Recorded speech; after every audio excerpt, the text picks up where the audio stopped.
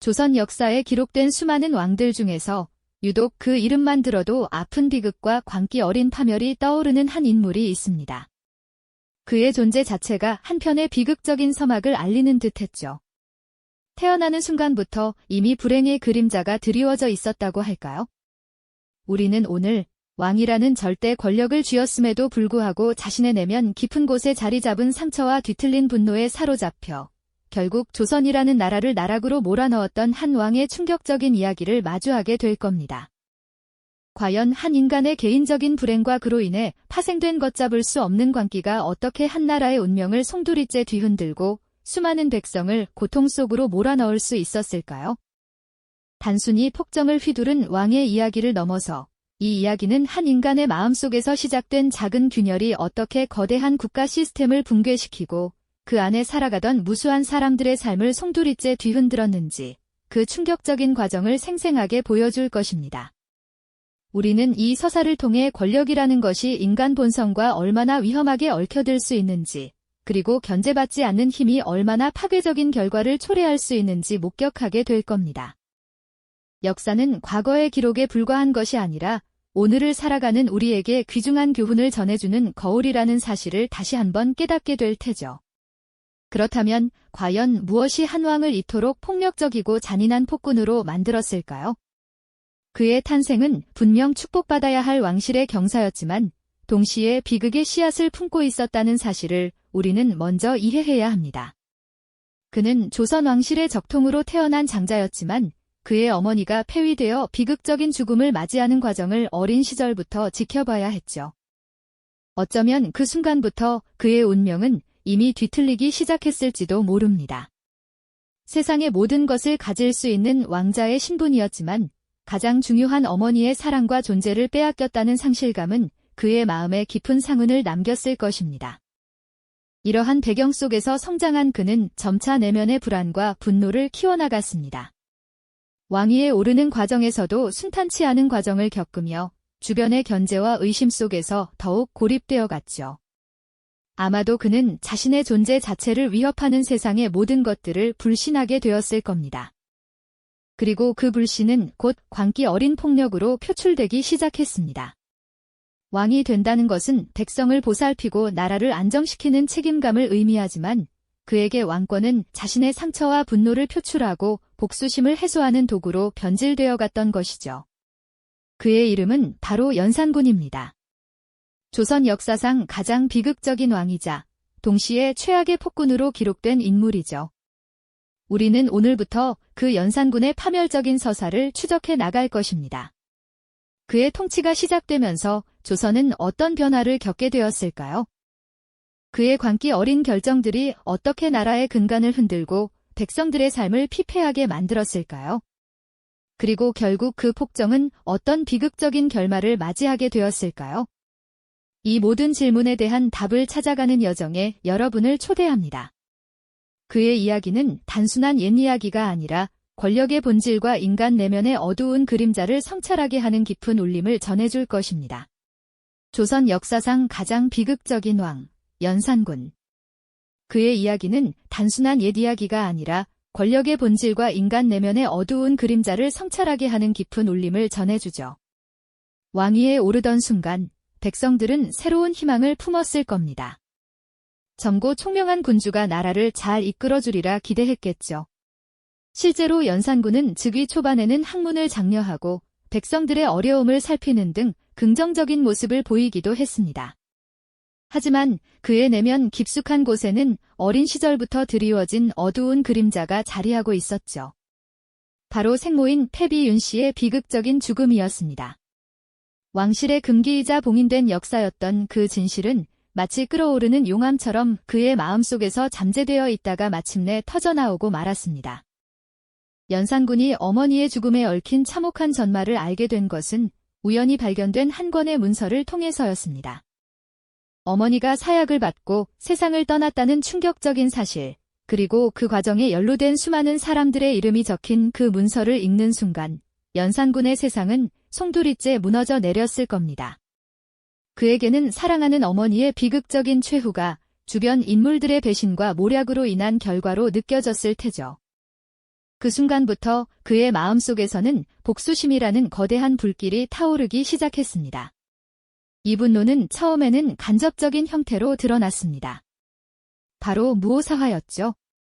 1498년 김종직의 제자들이 스승의 조의제문, 즉 세조의 왕위 찬탈을 비판하는 듯한 글을 사초에 실었다는 이유로 수많은 선비가 피를 흘려야 했습니다.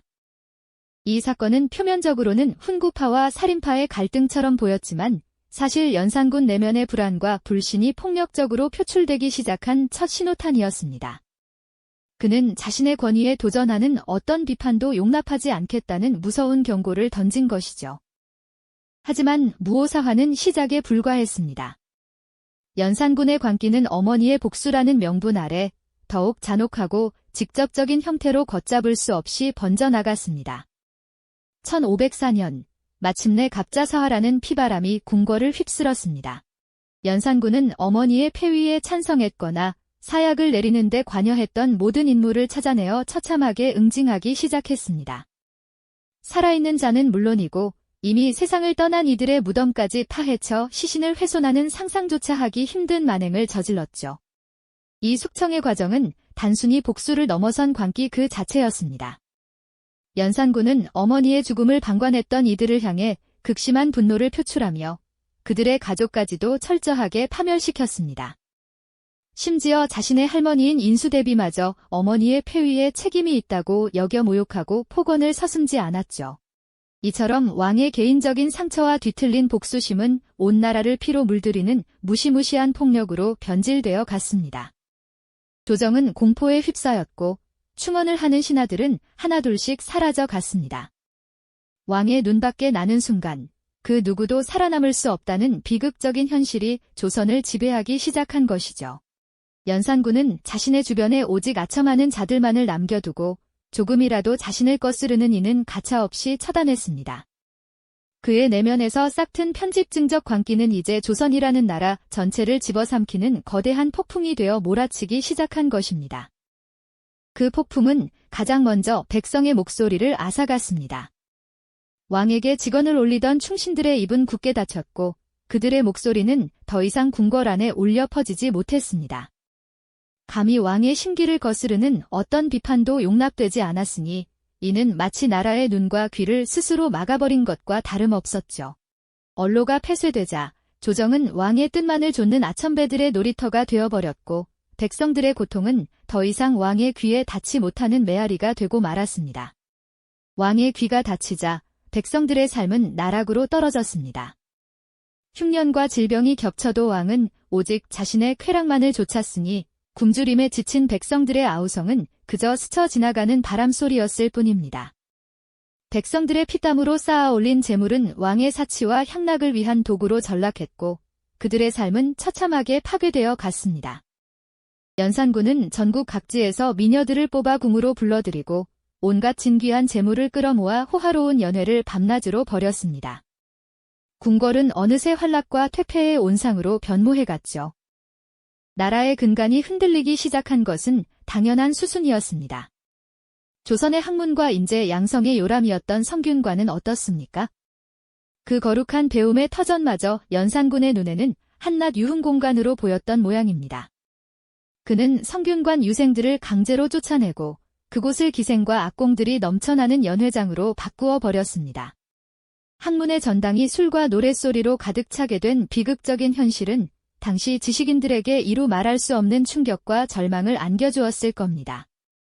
국가의 정신적 지주가 이렇게 맥없이 무너지는 모습을 보며 백성들은 더 큰 공포와 절망에 휩싸일 수밖에 없었죠. 궁궐 안에서는 광기 어린 연회가 끊이지 않았지만 궁궐 밖 백성들의 삶은 그야말로 지옥이었습니다. 굶주림에 지쳐 쓰러지는 이들이 속출했고 병들어 죽어가는 시신들이 길거리에 방치되기 일쑤였습니다. 그런데도 연산군은 자신의 폭정을 비판하는 자들을 단 한 명도 용서하지 않았습니다. 왕권 강화라는 명분 아래 자행된 무자비한 탄압은 그야말로 광기 그 자체였습니다. 조금이라도 자신의 뜻에 거스르는 이들은 가차없이 처형당하거나 유배를 떠나야 했죠. 조정은 공포와 침묵만이 흐르는 얼어붙은 공간이 되어버렸고 그 누구도 왕에게 감히 바른 말을 할 용기를 내지 못했습니다. 연산군의 폭정은 단순히 개인적인 복수심을 넘어 국가의 모든 시스템을 파괴하는 방향으로 나아갔습니다. 백성들을 위한 정책은 사라지고 오직 왕의 쾌락과 권력을 위한 결정들만이 난무했습니다. 그는 백성들의 토지를 강제로 빼앗아 사냥터로 만들고 민가까지 허물어 자신의 유흥 공간을 확장하는 데 거리낌이 없었습니다. 이 모든 행위는 조선이라는 나라의 근본을 송두리째 흔드는 것이었죠. 민심은 이미 땅에 떨어져 회복불능 상태에 이르렀고 백성들의 가슴 속에는 왕에 대한 절망과 분노만이 가득 차오르고 있었습니다. 과연 이 폭정의 끝은 어디였을까요? 그리고 조선은 이 거대한 폭풍 속에서 어떻게 살아남을 수 있었을까요? 연산군의 끝없는 광기와 무자비한 폭정은 백성들의 인내심을 한계까지 몰아붙였고 결국 조선이라는 거대한 배를 좌초시킬 지경에 이르렀습니다. 그의 통치는 단순한 실정을 넘어 국가의 근간을 뿌리째 흔드는 파멸적인 행보였죠. 피폐해진 민생과 조정에 만연한 공포는 더 이상 간과할 수 없는 수준에 도달했고 이제는 누군가 이 악순환의 고리를 끊어야만 하는 절박한 상황이었습니다. 하지만 역사는 언제나 균형을 찾아 움직이는 법, 어둠이 깊어지면 새벽이 오듯 연산군의 폭정이 극에 달하자 이를 더 이상 지켜볼 수 없었던 이들이 있었습니다. 바로 성희안, 박원종, 유순정 등 뜻 있는 신하들이었죠. 그들은 더 이상 왕의 광기에 나라가 파멸하는 것을 두고 볼 수 없다는 결단을 내렸습니다. 밤늦도록 비밀리에 모여 논의를 거듭한 끝에 이들은 결국 연산군을 폐위하고 새로운 왕을 옹립하려는 거대한 계획을 세우게 됩니다. 바로 중종반정이라는 이름으로 역사에 기록될 대사건이 시작이었죠. 그들의 마음속에는 오직 백성을 구하고 나라를 바로 세우겠다는 간절한 염원만이 가득했을 겁니다. 천기를 엿보는 듯 조심스럽게 진행된 반정의 준비는 1506년 9월 1일 마침내 그 서막을 올립니다. 성희안과 박원종을 필두로 한 반정군은 창덕궁으로 향했고 그들의 움직임은 마치 거대한 파도처럼 빠르게 궁궐을 덮쳐갔습니다. 혼란 속에서 연산군은 자신의 처지를 깨닫고 무력하게 붙잡히고 말았죠. 그는 너무나도 갑작스러운 상황에 저항조차 제대로 하지 못했습니다. 왕의 자리에서 끌어내려진 연산군은 결국 강화도로 유배를 떠나게 되었고 얼마 지나지 않아 쓸쓸하게 생을 마감합니다. 그의 나이 불과 30이었습니다. 한때 절대적인 권력을 휘두르며 조선을 공포에 떨게 했던 폭군의 마지막은 너무나도 허무하고 비참했죠. 중종반정은 단순히 왕 한 명을 갈아치운 사건이 아니었습니다. 이는 광기에 사로잡힌 한 개인의 복수심과 욕망이 어떻게 국가 시스템을 송두리째 파괴하고 수많은 이들의 삶을 도탄에 빠뜨렸는지 그 비극적인 서사의 종지부를 찍은 역사적 심판이었습니다.